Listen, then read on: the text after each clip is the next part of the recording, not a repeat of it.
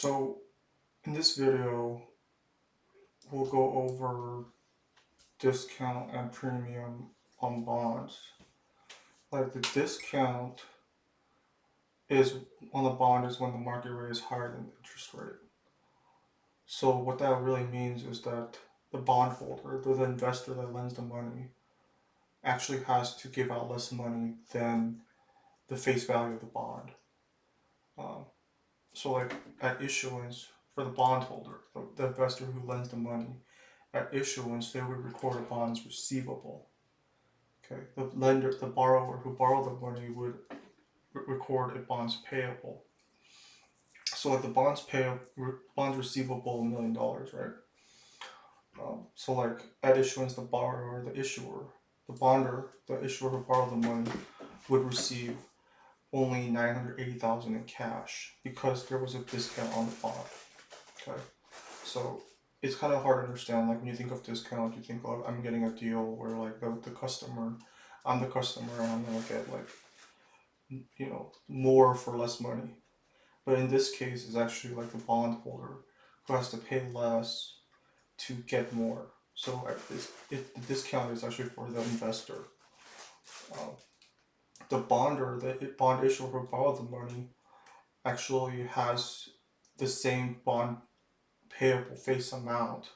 They borrowed $1 million, but they only received 980,000 in cash. So like there's the cash coupon is actually going to be fixed, like based off the interest rate itself, not the market rate. So regardless of whether or not the market rate is higher or lower than the interest rate, the cash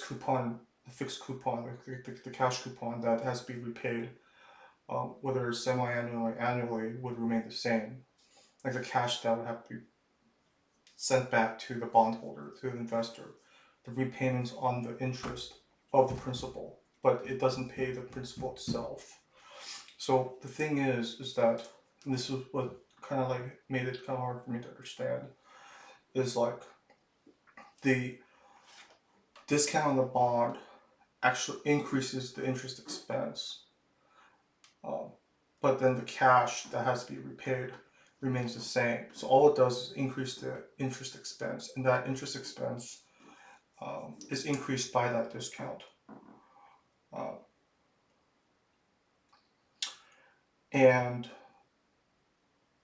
well, the amortization of this discount over the course of, let's say this is a 20-year bond, so $1,000 per repayment period, right? Over the course of those 20 years, like the discount will be amortized till it's been zeroed out. Like this contra liability account would be zeroed out, and regardless of whether or not there's a discount or a premium, the amount of cash that has been paid to the bondholder remains the same. The cash that they receive remains the same. It doesn't matter if it's a premium or a discount. The only thing that really matters is in regards to when the bond is mature. At bond's maturity, um, the bond's payable of $1 million, because the bond payable is for $1 million, would have to be paid. So it's $1 million for the bond's payable face value, and then the cash would also have to be $1 million. But the thing is, the issuer, the person that borrowed the money, actually only received $980,000 for this bond.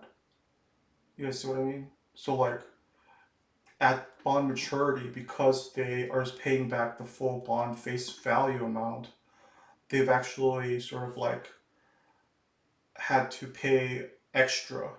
Like they had to pay like 20,000 because there was a discount on the bond.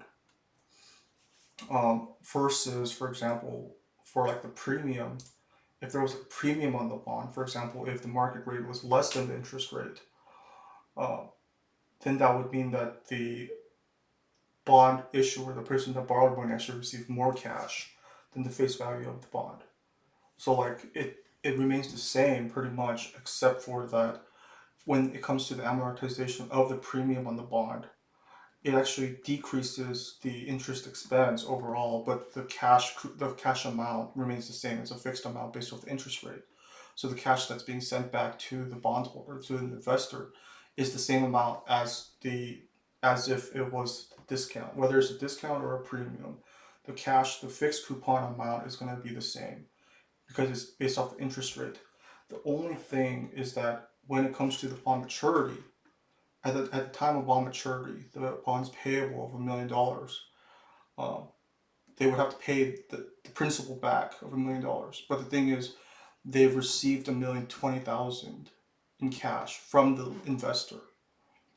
So over the lifetime of the bond, um, because they paid back the same amount of cash regardless of whether it was discount or bond, at bond maturity, they've actually paid the face value, but they received more than the face value. So like over the course of this bond, they've at the end of it they paid back that face value amount of $1 million, but they've initially received $1,020,000. So like they have sort of like a extra 20,000 because of this premium on this bond. Um, so that's pretty much it for discounts on bonds, discounts and premiums on bonds. If you guys have any questions, you guys can do your own research, like to learn more about this. Like there are some additional things you guys can look up, but